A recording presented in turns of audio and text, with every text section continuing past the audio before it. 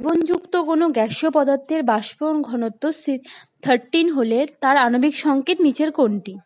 তাহলে তোমাদের কি বের করতে হবে? প্রথমে আণবিক গুরুত্ব। আমি কি বলেছিলাম? আণবিক গুরুত্ব সমান হচ্ছে বাষ্প ঘনত্ব গুণ 2। আণবিক গুরুত্বকে যদি m দিয়ে প্রকাশ করা হয় আর বাষ্প ঘনত্ব d দিয়ে হলে m = 2d। মনে থাকবে, আণবিক গুরুত্ব সমান 2 × বাষ্প ঘনত্ব। বেশ, এবার দেখো বাষ্প ঘনত্ব বলেছে 13, তাহলে আণবিক গুরুত্ব কত হয়ে গেল? 13 × 2 26। এবার তোমাদের এই চারটে অপশনে প্রত্যেকটা আণবিক গুরুত্ব বের করতে হবে। যার আণবিক গুরুত্ব 26 হবে সেটাই উত্তর হবে। তাহলে প্রথমে দেখো CO2, কার্বনের অ্যাটমিক ওয়েট কত? 12। অক্সিজেনের কত অ্যাটমিক ওয়েট বা পারমাণবিক গুরুত্ব? 16। তাহলে 16 × 2, যেহেতু দুটো অক্সিজেন অ্যাটম আছে কার্বন ডাই অক্সাইডে, তাহলে মোট কত হলো? 44। এরপরে দেখো C2H4, ইথিলিন। কার্বনের পারমাণবিক গুরুত্ব 12, কার্বন আছে দুটো পরমাণু আছে, তাহলে 12 × 2। আর হাইড্রোজেন আছে 4টে, হাইড্রোজেনের পারমাণবিক গুরুত্ব হচ্ছে 1, তাহলে টোটাল মিলিয়ে হলো 28। তাহলে 44, 28 কোনোটাই নয়। এর পরেরটা দেখো C2H6, এটা কিসের সংকেত? ইথেনের সংকেত, তাই তো? তাহলে ইথেনের দেখো কার্বনের পারমাণবিক গুরুত্ব 12, কটা পরমাণু আছে? দুটো, তাহলে 12 × 2। হাইড্রোজেনের কটা আছে? 6টা, তাহলে 6টা হাইড্রোজেন আর এক করে পারমাণবিক গুরুত্ব, তাহলে 6 × 1। তাহলে মোট আণবিক গুরুত্ব কত হয়ে গেল? C2H6 এর 30। তাহলে এটাও নয়। এরপরে দেখো C2H2, এটা হচ্ছে অ্যাসিটিলিন। কার্বনের পারমাণবিক গুরুত্ব হচ্ছে 12, তাহলে 12 × 2 24। আর হাইড্রোজেন কটা আছে? দুটো, তাহলে 2 × 1 2, তাহলে মোট মিলিয়ে কত হলো? 26। তাহলে এটা হয়ে গেল উত্তর। তাহলে আমাদের কোন অপশনটা হলো? ডি অপশনটা হলো। এরপরের প্রশ্ন দেখো, আয়রন পাইরাইটসকে অতিরিক্ত বায়ু প্রবাহে পুড়িয়ে সালফিউরিক অ্যাসিডের শিল্প উৎপাদনের জন্য প্রয়োজনীয় SO2 উৎপন্ন করা হয়। তাহলে কি হয়? আয়রন পাইরাইটস থেকে SO2 উৎপন্ন করা হয় কিসের জন্য? সালফিউরিক অ্যাসিড তৈরি করার জন্য। এর রাসায়নিক সমীকরণ তোমাদের দিয়ে দিয়েছে। এবার বলেছে 512 গ্রাম SO2 উৎপাদন করতে কত গ্রাম FeS2 প্রয়োজন।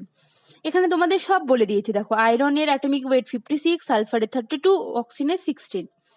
তোমাদের সুবিধা হবে, কারণ কি তোমাকে ইকুয়েশনও দিয়ে দিয়েছে, তাহলে ইকুয়েশন তোমাদের তৈরি করতে হচ্ছে না, শুধু চেক করতে হবে কি ইকুয়েশনটা ব্যালেন্স করা আছে কিনা।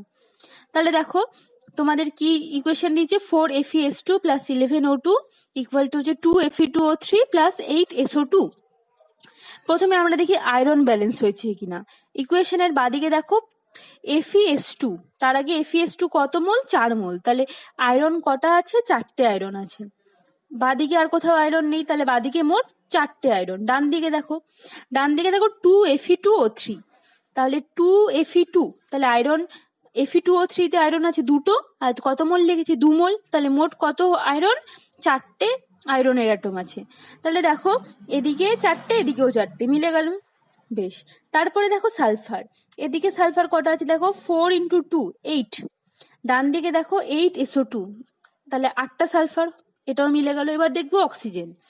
অক্সিজেন দেখো 11 × O2, তাহলে 11 মোল অক্সিজেন। তাহলে অক্সিজেনের হচ্ছে দুটো করে, আর 11 মোলের জন্য 11 × 2 = 22। এবার ডান দিকে দেখো 2Fe2O3, O3 আর সামনে কি আছে? 2 মোল। তাহলে এদিকে হলো 2 × 3 × 2 6 প্লাস 8SO2 এর অক্সিজেন আছে দুটো, 8 মোল। তাহলে 8 × 2 = 16। তাহলে আগেরটা থেকে এখান থেকে পেলাম 6, এখান থেকে পেলাম 16। তাহলে 16 আর 6 এ কত হয়? 22। তাহলে মিলে গেল। তাহলে আমাদের ইকুয়েশনটাও ব্যালেন্স করা আছে। এবার আমাদের দেখবো যে কোনটার আণবিক গুরুত্ব আমাদের বের করতে হবে। কি বলেছে? 512 গ্রাম SO2 উৎপন্ন করতে কত গ্রাম FeS2 লাগে। যেগুলো যেগুলো বলেছে বা যেগুলো বের করতে হবে সেগুলোরই শুধুমাত্র আমরা আণবিক গুরুত্ব ক্যালকুলেট করব, ঠিক আছে? তাহলে আমাদের ক্যালকুলেট করতে হবে কার? SO2 এর, আর করতে হবে কার? FeS2 এর। তাহলে FeS2 দেখো, আর সব সময় মনে রাখবে যার অ্যাটমিক ওয়েট ক্যালকুলেট করব সেটা যত মোল তৈরি হয়েছে বা যত মোল বিক্রিয়া করেছে সেটাকে কিন্তু গুণ করে নিতে হবে। মনে থাকবে, যত মোল বিক্রিয়া করছে সেটা দিয়ে গুণ করতে হবে, বা যত মোল উৎপন্ন হচ্ছে সেটা দিয়ে গুণ করতে হবে। তাহলে দেখো FeS2 বিক্রিয়া করছে কত মোল? 4 মোল। তাহলে FeS2 এর আণবিক গুরুত্ব দেখো, আয়রনের হচ্ছে 56, সালফারে হচ্ছে বলেছে 32, তাহলে কতগুলো পরমাণু আছে সালফারের? দুটো, তাহলে 2 × 16 32, তাহলে 56 + 32 হচ্ছে 88, আর কত মোল Fe2 লেগেছে? 4 মোল, তাহলে 4 দিয়ে গুণ, তাহলে করলে কত হচ্ছে? 352 গ্রাম।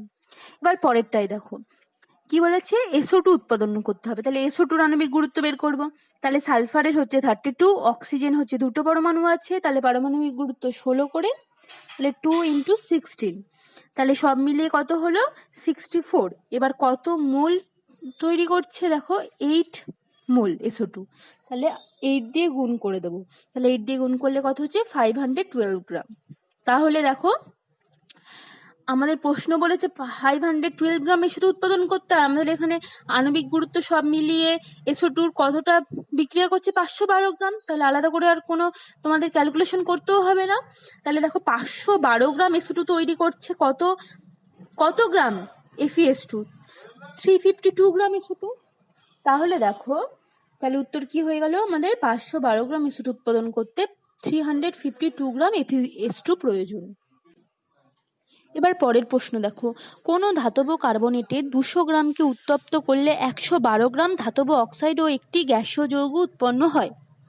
গ্যাসটির বাষ্প ঘনত্ব 22, বিক্রিয়াটিতে কত মোল গ্যাসীয় যৌগ উৎপন্ন হবে জানতে চেয়েছে। দেখো কোনো ধাতব কার্বনেট, যেরকম ধরো ক্যালসিয়াম কার্বনেট, ম্যাগনেসিয়াম কার্বনেট, তাই তো এরকম কার্বনেট গুলো হয়। এবার আমি তো জানি না কোন ধাতু, তাহলে আমি ধাতুটাকে ধরছি M, মেটাল, ধাতুকে ইংলিশ বলে মেটাল, তাহলে মেটালের জন্য M, তাহলে মেটাল কার্বনেট, কার্বনেটের ফর্মুলা কি? CO3। তাহলে দেখো MCO3, তাহলে মেটাল কার্বনেট হয়ে গেল। এখান থেকে কি একে উত্তপ্ত করলে কি হয়? একটা ধাতব অক্সাইড, যেরকম ধরো ক্যালসিয়াম কার্বনেটকে উত্তপ্ত করলে হয় ক্যালসিয়াম অক্সাইড, ম্যাগনেসিয়াম কার্বনেটকে উৎপন্ন করলে হয় ম্যাগনেসিয়াম অক্সাইড। তাহলে দেখো মেটাল কার্বনেটকে উৎপন্ন করলে কি হবে? মেটাল অক্সাইড, তাহলে M, আর অক্সাইডের জন্য MO, আর তৈরি হবে কি? একটি গ্যাস। তোমরা জানো যে কার্বনেটকে উত্তপ্ত করলে কি অক্সাইড আর কার্বন ডাই অক্সাইড হয়। তোমাদের এখানে কি গ্যাস সেটা জানতে চাইনি, ধরে নিচ্ছি আমি যে গ্যাসটা উৎপন্ন হচ্ছে সেটা হচ্ছে এক্স। ঠিক আছে, আমি ধরে নিলাম গ্যাসটা হচ্ছে এক্স। এবার আমি ধরে নিচ্ছি যে N মোল এক্স গ্যাস উৎপন্ন হয়। ঠিক আছে, তাহলে আমি কি ধরলাম? যে কত মোল হয়, সেটা 1 মোল হতে পারে, 2 মোল হতে পারে, 3 মোল হতে পারে, সেটাই আমি ধরে নিচ্ছি N মোল। ঠিক আছে, বেশ। এবার দেখো তোমাদের কি বলেছে? 200 গ্রাম মেটাল কার্বনেটকে উত্তপ্ত করলে 112 গ্রাম মেটাল অক্সাইড তৈরি হয়। তাহলে দেখো 200 গ্রাম মেটাল কার্বনেট থেকে পাওয়া যাচ্ছে 112 গ্রাম মেটাল অক্সাইড, আর বাকিটা কি তৈরি হবে? গ্যাস তৈরি হবে। তাহলে গ্যাস কতটা তৈরি হবে? তাহলে মোট ছিল কতটা? 200 গ্রাম মেটাল কার্বনেট, তাহলে 200 থেকে 112 গ্রাম মেটাল অক্সাইড হয়ে গেছে, তাহলে বাকিটাই হয়ে যাবে গ্যাস। তাহলে আমি 200 থেকে যদি 112 বিয়োগ করে দিই, তাহলে আমি কি পেয়ে যাব? এই গ্যাসের পরিমাণটা। তাহলে এখানে যদি N মোল গ্যাস হয়, তাহলে N মোল এক্স গ্যাস যে উৎপন্ন হয়েছে তার মোট পরিমাণ হচ্ছে 88 গ্রাম। ঠিক আছে, এবার দেখো এক্স এর বাষ্প ঘনত্ব বলে দিয়েছে, বলেছে গ্যাসটির বাষ্প ঘনত্ব 22, তাহলে আমি বাষ্প ঘনত্বকে যদি ডি দিয়ে ডিনোট করি, তাহলে ডি ইকুয়াল টু 22, তাহলে আণবিক গুরুত্ব এম ইকুয়াল টু কি? 2D। তাহলে গ্যাসের আণবিক গুরুত্ব কত হবে? 2 × 22, তাহলে 44 গ্রাম। তাহলে দেখো এই যে NX, এটার পরিমাণ কত? 88 গ্রাম, তাহলে NX ইকুয়াল টু কত? 88 গ্রাম। এবার N হচ্ছে মোল সংখ্যা, কত মোল সেটাই বের করতে হবে, আর X এর আণবিক গুরুত্ব কত বলো? তোমরা বের করেছো 44 গ্রাম, তাহলে X এর জায়গায় 44 গ্রাম বসাও, আর তাহলে এদিকে গ্রাম গ্রাম, বাদিকে গ্রাম, ডান দিকে গ্রাম কেটে গেল, 44 88 দিয়ে কাটাকুটি করলে 2 হয়ে গেল, তাহলে N ইকুয়াল টু 2, তাহলে 2 মোল গ্যাসীয় যৌগ উৎপন্ন হবে। আশা করি তোমরা সবাই বুঝতে পেরেছো।